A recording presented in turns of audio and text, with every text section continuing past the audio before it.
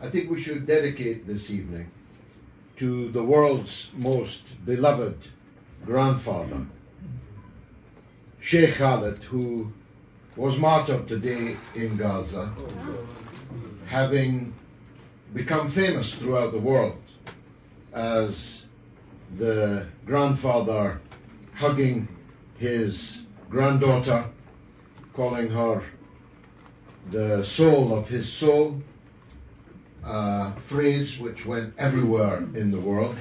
His face, his distinctive headwear, and his granddaughter, little Reem. And not everyone here is religious, but I'm sure you'll forgive me for expressing the hope that they are together again in paradise this evening. Israel will kill anybody, but I have no doubt that they killed him deliberately because he became a Palestinian icon, and they may be preparing to kill other Palestinian icons because they've killed nearly everybody else, and they may be preparing hitherto unimaginable actions. Who's going to stop them? Nobody is going to stop them. Neither the United Nations, nor the International Court of Justice, or the Arab world, or Russia, or China. Nobody is going to stop them. So actually we're at their mercy right at this moment. And I don't know about you, but I don't fancy being at Israel's mercy. They haven't showed much mercy over these last 75 years and more.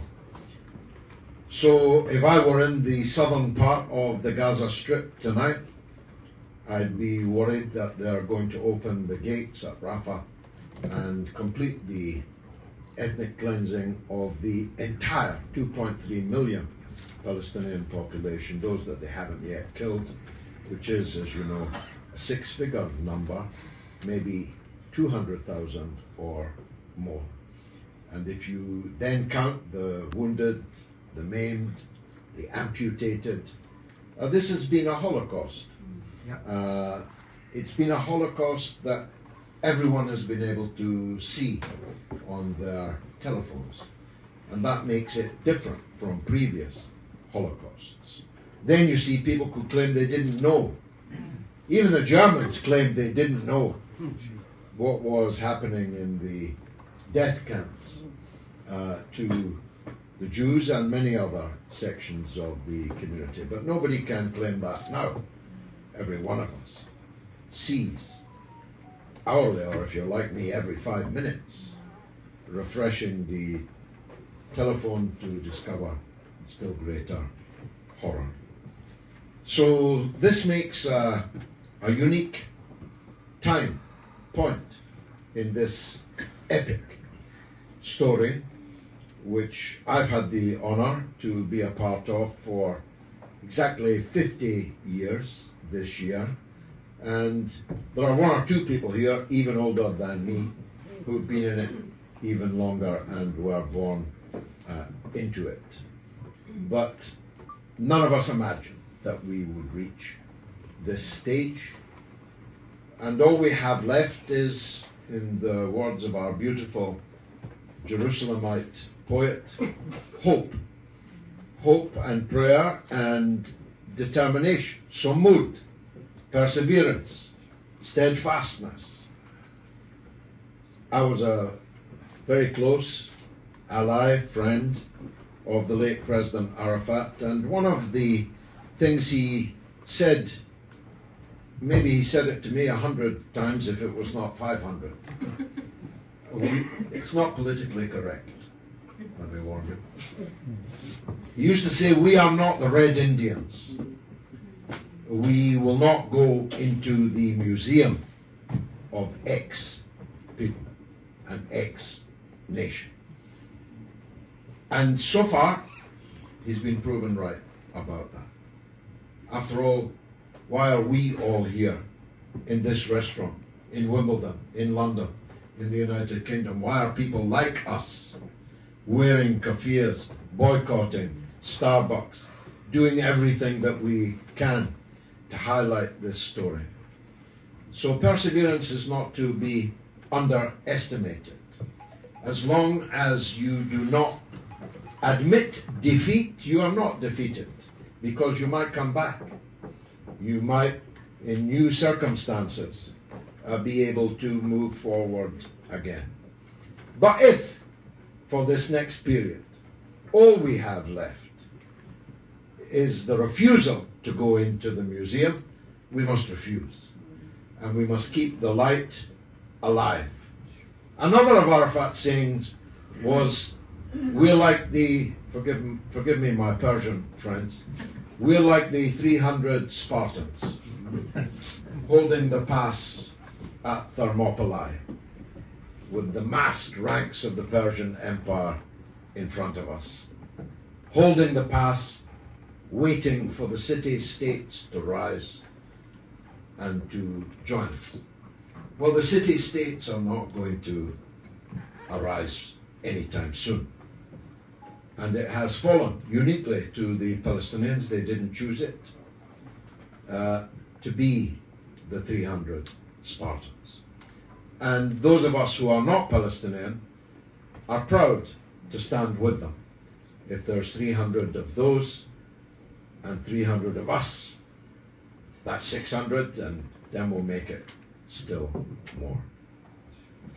The only further thing I have to say is that I'm so old, I was involved in the foundation of MAP.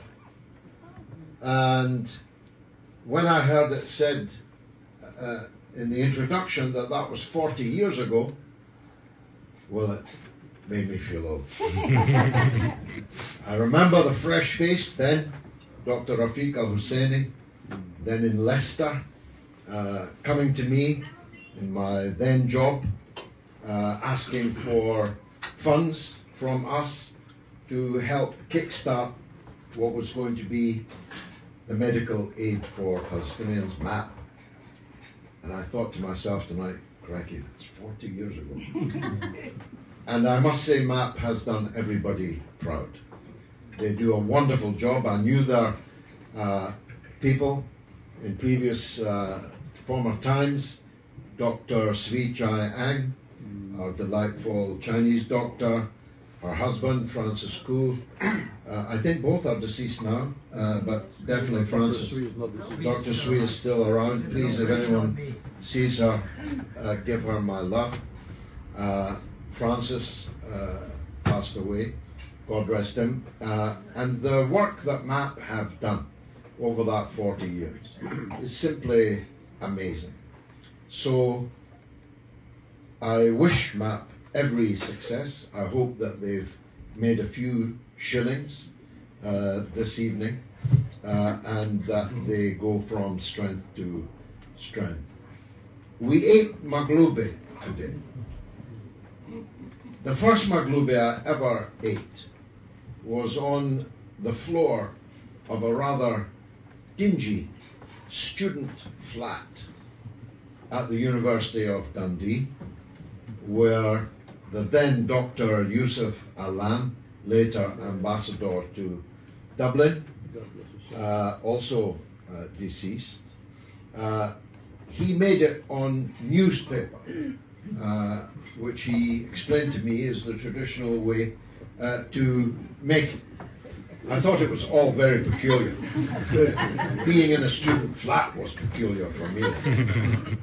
Eating food off a newspaper that was literally called upside down. Magloube means upside down, was peculiar. But that was nearly 50 years ago, and now I'm eating it again in the rather finer surroundings of Wimbledon. And I'm grateful to those who invited me here tonight to do so. So God bless you all, God bless your efforts. Don't stop talking about Palestine.